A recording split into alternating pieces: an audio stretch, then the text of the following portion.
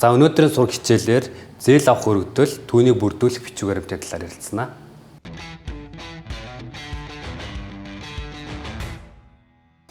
Улаанбаатар хотын гэр орооллыг хөгжүүлэх, хөрөнгө оруулалтыг дэмжих, төслийн хүрээнд хэрэгжүүлж буй COVID-19 цар тахлын хүрээнд бичил жижиг дунд бизнес эрхлэгчийг дэмжих техник тусалцааны сурагч багш Төвшмот байна. Зээл авах хүсэлт эхлээд ерөнхийдөө зээл авах хүсэлт гаргадаг. Үүнд нь болохоор зээл авах хүрээлтийг бичиг баримтанд шаардлагатай бичиг баримт бүрдүүлэх, барьцаа өрнгийн бүрдэл, зээлийн түүхийн талаар гээд дөрвөн сэдвийн өрөөнд ярилцах болно.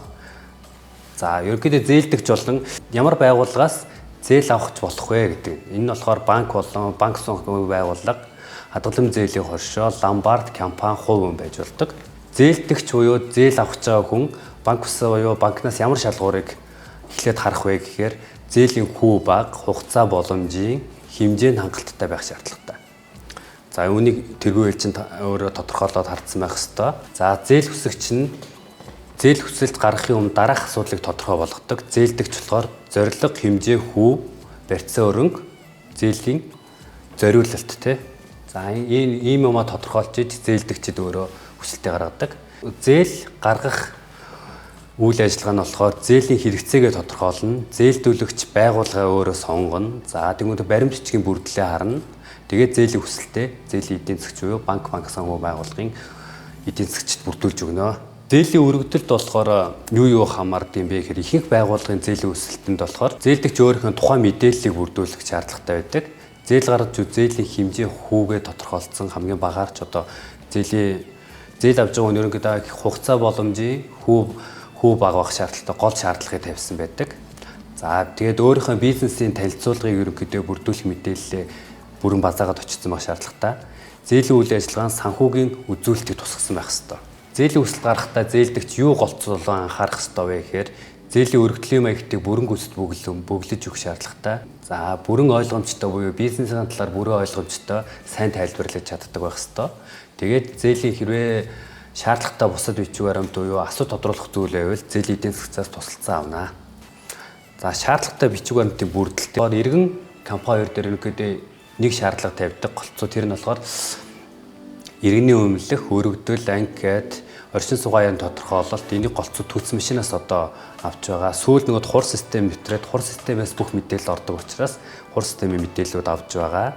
Тэгээ орлого баталгаажуулах баримт энэ болохоор үйл ажиллагаа явуулж байгаа ажлын байрны тодорхойлолт. Энэ дээр болохоор түрээсийн гэрээ тухайн байгууллагынхаа одоо ордоор байдаг бол ордоорынхаа бичиг баримтын хуулбарыг бүгдийг аваад ирэх шаардлагатай байдаг. За аж ахуйн нэгж дээр нэмээд хэлэх зүйл нь болохоор аж ахуйн нэгжийн гэрчилгээ, дүрм, хуулийн этгээдийн дэлгэрэнгүй, лавлгаа, тэнгуүтлээ одоо зээл авахыг хүссэн тузын тогтоол шийдвэр байх шаардлагатай.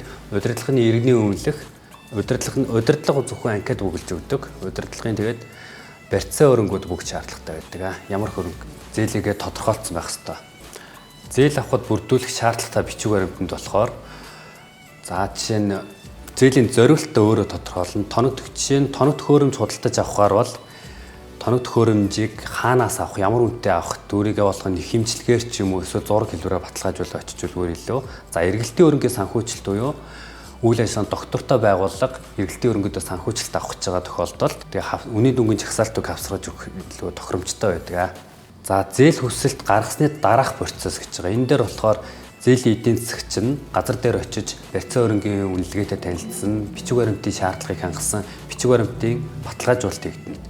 За зээлийн эдийн засгчинд зээлийн санал бэлтгэж тэгээд эрсдлийн алба буюу эрсдлийн албанаас дүгнэлт гаргуулж авна. За ингэсний дараа зээлийн орооны хурлаар орж хилцэж шийдвэр гаргуулна. За тэгвэл зээл олгохоор болох юм бол зээлийн гэрээ, барьцааны гэрээ, батлан даалтын гэрээг натуратор батлуулж үйл хөдлөлийн бүртгүүлснээр зээл олгох болно. За барьцаа өрнг гэж юу яриад байгаа юм бэ гэхээр барьцаа өрнгөд нэг хоёр төрлийг ангилдаг. Үйл хөдлөх барьцаа өрнг, хөдлөх хөрөнгийн барьцаа өрнг. За үйл хөдлөх хөрөнгийн барьцаа өрнгөн дээр үйлчлэгээний барилга, байгууламж буюу ОПС. За энд нь болохоор орон сууц, хашаа байшин, газрын гэрчлэгээ, газрууд гэсэн үг. За эдгээр бол үйл хөдлөх хөрөнгийн барьцаанд ордог байна. Хөдлөх хөрөнгийн барьцаанд болохоор тээврийн эрсдлийн гэрчлэгээ, тоног төхөөрөмж, хувийн хэрэгцээний хөрөнгө, ирээдүйн орлого, эргэлтийн хөрөнгө буюу хадгалан хэмжээнд байгаа хөрөнгүүд эднэр болохоор хөдлөх хөрөнгөний барьцаанд ордог. Үн тэтлүүд бас эдгээр давхар орж болно. За барьцаа хөрөнгөний үнэлгээг ерөнхийдөө яаж хийдэг юм бэ гэхээр банкуд ерөнхийдөө ихэвчлэн жишг үнэлгээтэй байдаг. Одоо зах зээлийн хамаарат үнэлгээ өснө, буурна гэдэг янз бүр байдаг. За банкуд буюу банк санхүүгийн байгууллагууд хөрөнгөний үнэлгээ чинтэй байдаг. Зарим банкуд болохоор үнэлгээний програмтай байдаг. Зарим банкуд болохоор жишг үнэлгээний үзүүлэлтийг банк санхүүгийн байгууллагууд харж үздэг байна. Барьцаа хөрөнгөний үнэлгээг ерөн голцоо яаж тодорхойлоод байгаа юм бэ гэхээр зээлийн иргэн төлөгдөхгүй нөхцөлийг эрсдлээсээ сэргийлж байгууллагууд 30-аас 80% үнэлгээгээр тогтоодог. Энэ нь болохоор юу гэсэн үг вэ гэвэл одоо таны хөрөнгө 100 сая төгрөгийн үнэлгээ тогтоолоо гэж бодоход за та сайн зээлдэгч түүх сайтай бол 80% хүртэл буюу 80 сая төгрөгийн зээлэх боломжтой. Түүх муутай жоохон тийм анхны зээлдэгч үе тэн дээр нэг 30-аас эхлээд хувийн өсөө явдаг зээлийн түүхээс хамаарч. Барьцааны гэрээнд барьцаа хөрөнгөний үнэлгээ чанарыг тодорхойлно. Барьцаа хөрөнгөний зээлийн гэрээний дагуу хүлээсэн үүргийг хангуулахыг барьцаа хөрөнгөний гэрээн дээр тодорхойл зохицуулж өгдөг байна. Барьцаа хөрөнгөний гэрээгээр. За хэрвээ таны барьцаа хөрөнгөд за зээлийн гэрээ байгуулаа барьцааг яхад барьцаа хөрөнгөд эрсдэл учрах юм бол зээлийн эдийн засгч таны дээр холбоо барьж асуудлыг шийдвэрлэн даатгалаараа бүх барьцаа хөрөнгөө одоо таны чинь өөрийн хөрөнгө учраас асуудлыг нэн дээр шийдвэрлэх нь зүйтэй байдаг. За дараагийн асуудал болохоор зээлийн түүх гэдэг. Зээлийн түүх дээр хүмүүс яг зээлийн түүх юу гэлээд байгаа юм бэ гэхээр зээл авснаас хойш зээлийн төлж дуусах хүртэлх тэр таны процесс зээлийг ямар түүхээр төлсөн юм бэ? Хугацаа ятруулсан юм уу те?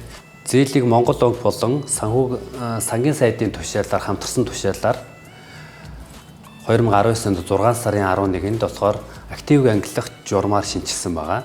Энэ нь болохоор зээлийг хэвийн зээлийг болохоор 30 хүртэлх өдрийн хугацаанд хэвийн зээл гэж ангилна. 30-аас 90 өдрийг болохоор анхаарал хандуулах зээл.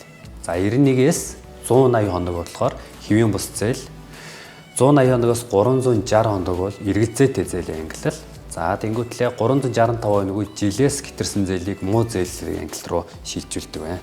Чанаргүй зээлийн мэдээллийг хаанаас харж болохгүй гэж. Иргэн болохоор би чанаргүй зээлд шилжснээ хүртэл мэдээгүй зарим иргэд явж идэг байхгүй юу. Тэрийг болохоор зээлийн мэдээллийн санг нэгдсэн байдлаар Монгол банкны зээлийн мэдээллийн сан гэдэг тусдаа сан байдаг.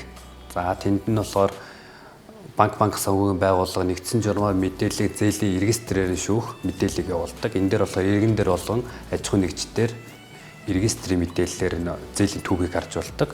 За тухайн харилцагч байгууллага буюу харилцагч банк санхүүгийн байгууллагатай хандаж зээлийн мэд лавлагаагаа өөрөө та гаргуулах боломжтой. За хэрвээ зээл төлж дуусснаас хойш мэдээ илгээсний дараа 6 жилийн дараагаас зээлийн түүх нь харах боломжгүй болдог.